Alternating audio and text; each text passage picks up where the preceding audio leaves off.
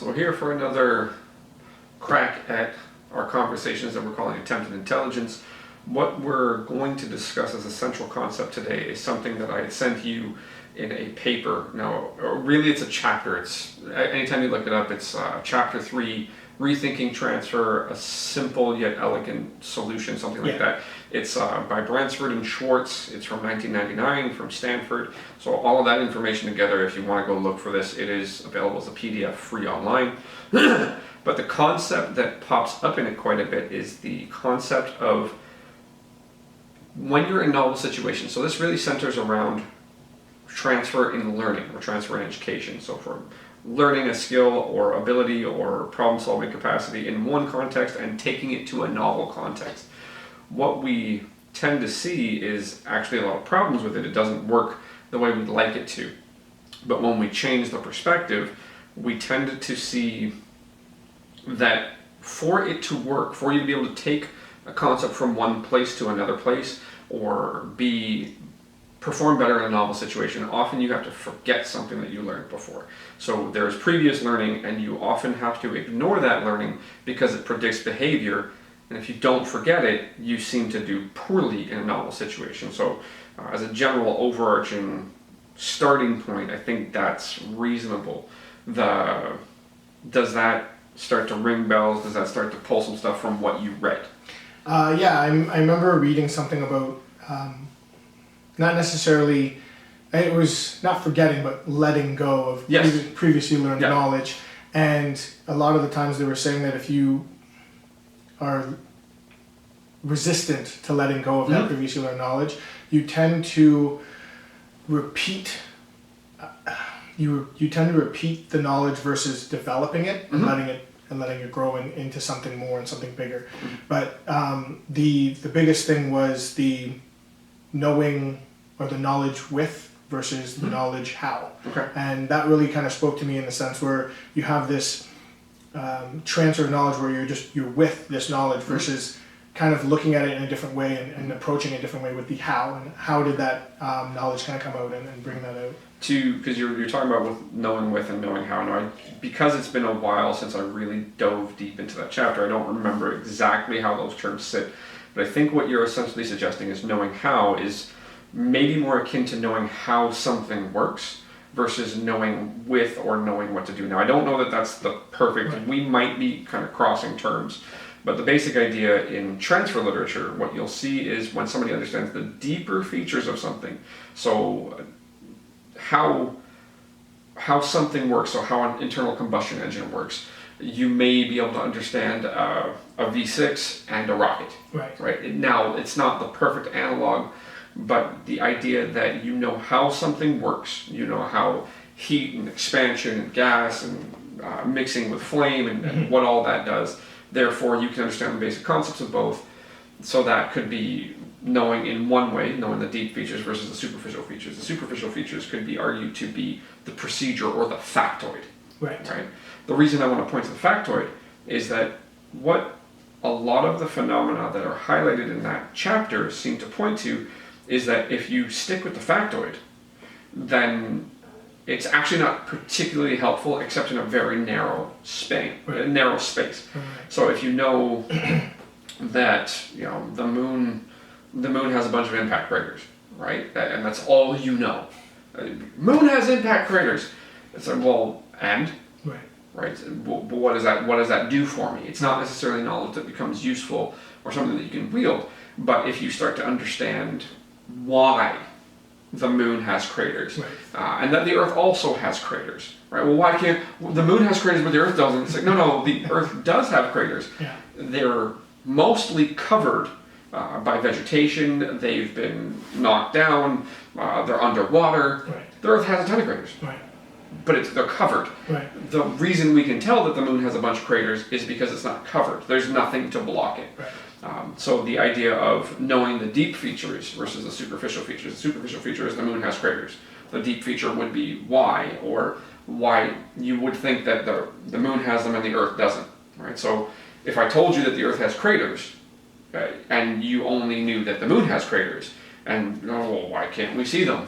So well, you just haven't looked around enough. Right. But I think even in that explanation, you're going with those two dynamics where you have previously learned knowledge versus developing into new knowledge, where you go, the moon has craters, and that is just a factoid. That's just where it is. But in understanding that this is a object in space that is possibly getting impacted by things and creating craters, you're like, well, the Earth is also in space, and it should be getting impacted by things, and it should have, and so just kind of going and developing that knowledge and applying it. And then you're able to go and search to see, okay, well, does the Earth have impact craters, right? And then how do they behave? What's going on? So you're able to expand your knowledge if you don't stick on that superficial level. So if you stick on the superficial level, whatever factoid you want to choose, when I challenge it, and I say there might be more to it, or you're correct, that is a correct factoid, but there's other things underlying it which make you, or which would help you understand things better and maybe move forward. But if you only understand the factoid and you won't leave the factoid, and I present you something else that relates to it and should help you expand, your brain may melt, right? Have you seen stuff like that happen day to day? Yes. Very much so. Just even at work, where people understand there's a procedure to do something, and someone comes in with a very unique problem, and you have to use your previously learned knowledge about all of the customer service and all the things that you normally do to solve this problem, because we've never seen it before. They just go, do you want to, and they walk away because they just don't know how to deal with it. Well, or they believe they may be punished. Yes. For, on some level, they may be punished for going outside of that boundary, right? Or outside of the procedure. If you go outside of the procedure, we're gonna have problems. Now, that said, the willingness to say, okay, why do we have this procedure? Right? There's reasons we have this procedure. What's the underlying portion of it? The underlying portion of it is if we don't stick to this procedure, we have safety issues. Okay, I have a novel problem. If my central concept is safety, can I solve it with safety? While still being safe. Right, so I think the reason I want to bring this all up, that the ability to deal with a novel situation seems, at least with success or improved ability to deal with that novel situation, seems to be predicated on the willingness to forget previously learned knowledge. Now, it's not necessarily that easy, right? But if you see something as one way, right? If this table is blue, right? That's all you've got. This table is blue. Then any further investigation can be stopped. This table's blue, right? But if I start to talk about, well, why is it blue, right? Well, then you'll be like, well, blueberries, right? or there's a specific dye from, I believe it was Egypt, and the way that they did it, it was like this royal blue or something like that. I'm off on it, but the basic idea is that, well, because it's dyed blue. It's like, okay, but how does blue occur? Right? Well, blue occurs as a wavelength of light, right? So the way that light interacts with these specific things, and we register it as blue. But even that, it's forcing you to go and learn other things and understand why things are blue and how it can change from this blue to something else when it gets sun bleached or when someone stains it or whatever. All these things change. What may be occurring? Why does blue exist? The idea is, and it may not be clean in the way that I'm attempting to explain this, or even the way that you're hearing it, or the way that I'm hearing what you're saying, but the simple reality that we can stop at this table is blue. Because we seem to be able to agree on that, unless one of us or both of us are colorblind. If we're colorblind in the exact same way, because there's different types of colorblindness, if we're colorblind the same way, we agree. Right? But everybody else will think we're nuts. Right? But if we're colorblind in different ways, then we're not going to agree, we're just going to fight. So the idea is that if we stop at the simple, superficial detail, when somebody asks us why it's blue, our brains can melt. Right? So that idea that when you're presented with novelty, your ability to deal with novelty seems to be somewhat predicated on your ability to forget something that was previously learned, because that previously learned thing might block you. If you are on more of that superficial level, with transfer in education, with the ability to learn and perform well in the novel situations, so we talked about preparation for future learning, the ability to, or you're looking for signs of improved speed or quality of learning in a novel situation. What we tend to see, and also mapping this onto FAR transfer, so superficial or near transfer being things that are very superficially similar, far transfer being things that are superficially different, right? That's really quick and dirty explanations. But when you're looking for far transfer, what you find is that people display it better when they understand the deep features. Right? Why this is happening. What's the central concept that makes these the same? And you usually have to cue somebody to say, you need to look for this, or when you see this thing, you should bring these pieces of knowledge in. Right. So the idea is that the ability to forget previously learned knowledge, which we could equate to factoids, or we could equate to procedures, which are essentially a list of factoids in order. Right. Perform fact 1, perform fact 2, perform fact 3. That we also need to have somebody understand that factoid, or that procedure, why it exists. So if I bring up the concept you gave of working in a lumber yard, and you understand that the procedure, the central concept of the procedure is safety, right? I can build a new procedure and I can test it against safety, and I can prove it's safe, and I solve my problem, right? But if I'm not willing to understand I'm not able to understand what's deep underneath it, and I'm not able to forget the procedure itself, then I'll believe I can't do it. And your brain melts because you can't move forward from that point. Now, if we have clashing worldviews for some reason, right?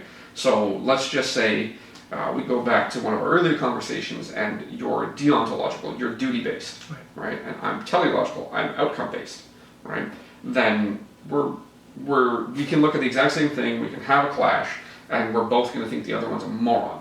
But if you can understand, I'm sticking to my duty is to make sure I'm safe. You're looking at outcome, and everything you're doing is going to give you the outcome, but you might die, right? So if you can understand my viewpoint, then you can say, hey, I know that you're going to get the outcome, but you're going to die in the process, right? And you may be able to reel me back. Now, if I'm emotional, you can't do it, right? But the reality that if we can recognize different positions, if we can recognize the underlying assumptions of things, then if we talk about previously learned knowledge, we can have a previously learned concept that each one of us has, and they might be different, we might disagree, but often in conversation, you say something that just doesn't compute to me. And I say, whoa, wait a minute, hold on, I need to understand the angle. So if I can then start to look at the underlying assumptions, those deep features, and I can understand where the factoid that I have comes from and where the factoid that you have comes from. I can see where they overlap or where they don't. I can see, what you know is true under these circumstances. What I know is true under these circumstances. So realistically, those things are only useful in small places. They're only useful in small places. But if I can understand that why this is true over here and why what you know is true over here, then I can start to see what sews them together, right? Or how you come about finding that knowledge. And that's one of the reasons that I've set this up so that you and I are having these conversations, and other people will have these conversations with us over time, and we'll swap people out and whatever. But the idea is that to model the conversation, and at least at this point, we're looking and talking about the underlying assumptions that will predict more success in varying circumstances, which is why I talked about preparation for future learning last time, which is why I'm using the concept of transfer to guide some of this, transfer in education, transfer in learning, because I would argue that we are living in somewhat novel times to our species, and you could argue that all times are novel to our species, but the amount of information we have access to, and why we talked about preparation for future learning and how it might help you in a knowledge-rich environment, right? And this concept, forgetting previously learned knowledge or previously learned facts, might also predict success in novel environments. Yes. Right? There was something else you had brought up, that there was a line you brought up. The sudden sensation of stupidity. Insight is the sudden sensation of stupidity. Okay, so just realistically, you are trying to do something. So you had said in a previous conversation that you go into something, you see something, you believe you know how to do it, and you're doing it, and then you realize, you'd be like, man, I'm a moron, this isn't working. Now my pushback to that is very simply, no. There's a lot of times when people continue to do the same thing, well, whatever, right? They just keep, I'm doing what I'm supposed to do. I'm doing what I'm supposed to do. It's not, well, whatever. This is the teacher. The teacher's dumb. Or, you know, that website. Can you believe them? They, at no point do they include the fact that the procedure may actually be perfect in a different context. In this context, I need to change it. Now, most people get this implicitly. They're like, this isn't working, so they try another way. But some people are scared, so they just won't. Yeah. Right? They won't try a different way to fix the toilet. Right? They just won't. Yeah. Right? Because they're afraid they're going to break it. But if you've been in more novel situations, you recognize, well, even if I do break it, it can be fixed. Right. Like, I screwed that up. Like, okay, hold on, let me pull back. Let me get on YouTube. Let me learn how to do this. Yeah. Right? Like, let me ask somebody who knows. Right. Because most people with technical expertise have screwed a bunch of stuff up. Yeah. Right?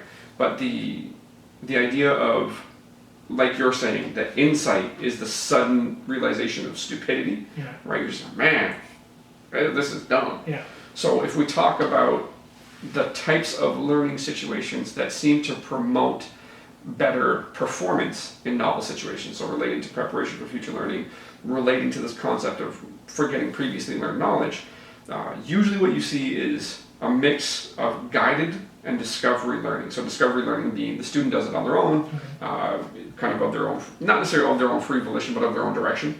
And then guided learning is the instructor instructs. So kind of like, hey, I'm attempting to fix the toilet. This didn't work. Hey, let me show you how to do that. Mm-hmm. Okay. Yeah. So what you'll usually find is there's one that seems to show up often enough is a concept called productive failure. So you give a learner a novel problem, they're not going to solve it. They're going to try, right. And they're going to realize that they didn't solve it. Then you teach them how to solve it, and then what they see, so the expert solution, they can see how they attempted and how their thought process worked to try to solve it, and they couldn't, and that there's an elegant solution from an expert. So they're going to be able to examine the distance between their behavior and the successful behavior. So that will often help them with metacognition, or it seems like it helps with their ability to think about their thought process. It seems like they have a marker as well. Like if they have a starting point and they have a place where they're like, I need to get there to start solving problems. And man, this isn't working. Exactly. Like, I can't get it done. But they recognize the chasm, right? And then over time, they're able to bridge that chasm such that now they're more used to novel situations. They're more used to how their brain works in novel situations, so they can find strategies to make it work better, find more success. Perform more efficiently. Most likely.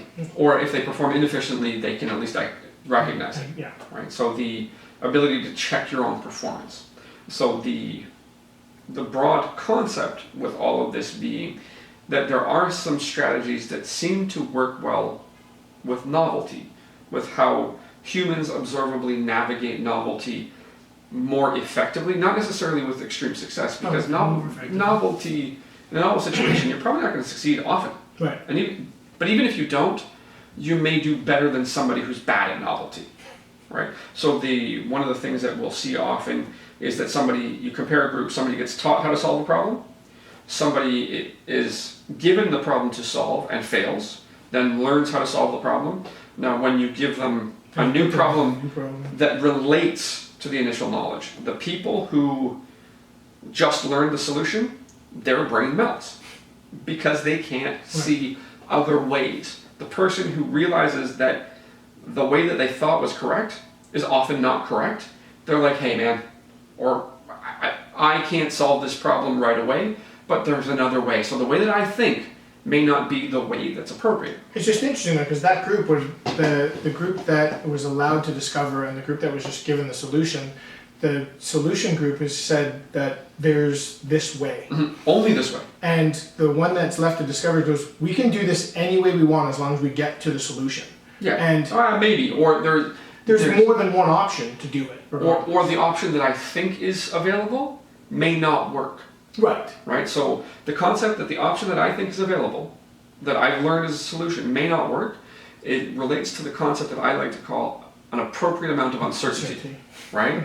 So it's like, so I'm going to try this, but if it works, that's great. If it doesn't, I can shift. Right. It's all right. Now the problem, again, with that is that the person's like, I know how to solve this. Right? They may actually solve it often. Right. Very often. And it may work perfectly well, such that when it doesn't work, They just completely forget it. Yeah. Whatever. It was shoddy workmanship. It's steel from this country, and I don't like this country, so it has to be bad steel. Yeah. Right. So whatever. You're able to absolve responsibility for the fact that you didn't think outside. The other idea that I like to talk about when somebody's having trouble solving a problem, you say, hey, have you tried different things? And I have tried different things. Are you sure? I have tried different things.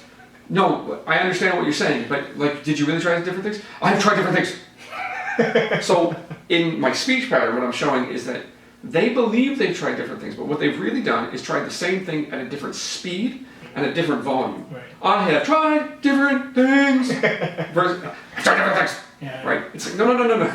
I understand what you're saying. It's the same, you're doing the same procedure. You're just speeding it up. Literally how you're speaking. Yeah. So we can be convinced by our lack of insight that we are trying different things. Yes. We can be convinced. It's a pretty observable thing. Versus the idea that if somebody can show you that the way that you approach a problem is just never going to work, then you have that insight. You compare yourself to the expert and say, oh. That sensation of stupidity. Yeah, the realization, Yeah. the sudden realization of stupidity. It's like, oh, I'm not prepared for this. Right.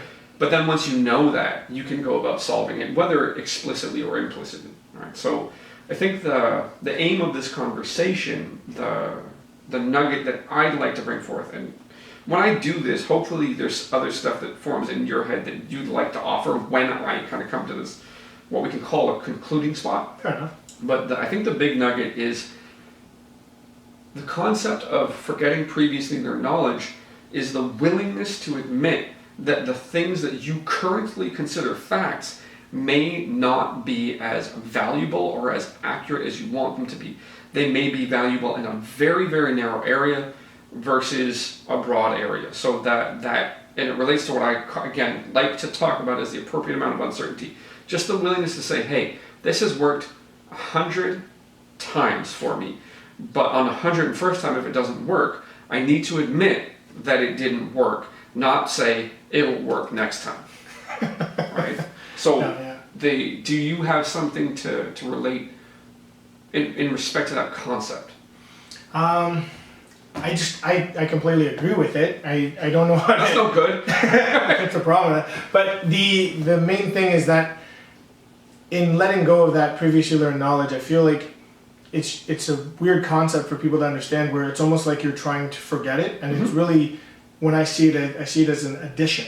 So you have that knowledge and you're growing on it, you're building on it, because if I learned that the table is blue, and then I learned that blue is a mixture of two colors, then now I know that I can mix multiple colors to make new colors, right? Sure. So it's just that thing where if I forget that blue is blue, and then I don't understand the mixture of colors, then it's a whole new learning process, whatever it is. But just that, it's a language. It's a language. I greatly appreciate the clarity that you bring to it. I'll try to wrap it up in a maybe a more concise way. But the idea that forgetting previously learned knowledge doesn't mean that the knowledge isn't useful. It doesn't mean that it's incorrect. It means it has a narrow space of use. Right. So forgetting previously learned knowledge doesn't mean that it's gone. It means that you have to ignore it for a moment to progress, because that knowledge is is at least possibly holding your progress back. Yeah. Right? So remember that. Yes. But don't use it now. Right. Okay? So another attempt at intelligence, and hopefully some of you are gaining something from this. If not, well, at least it's good for us.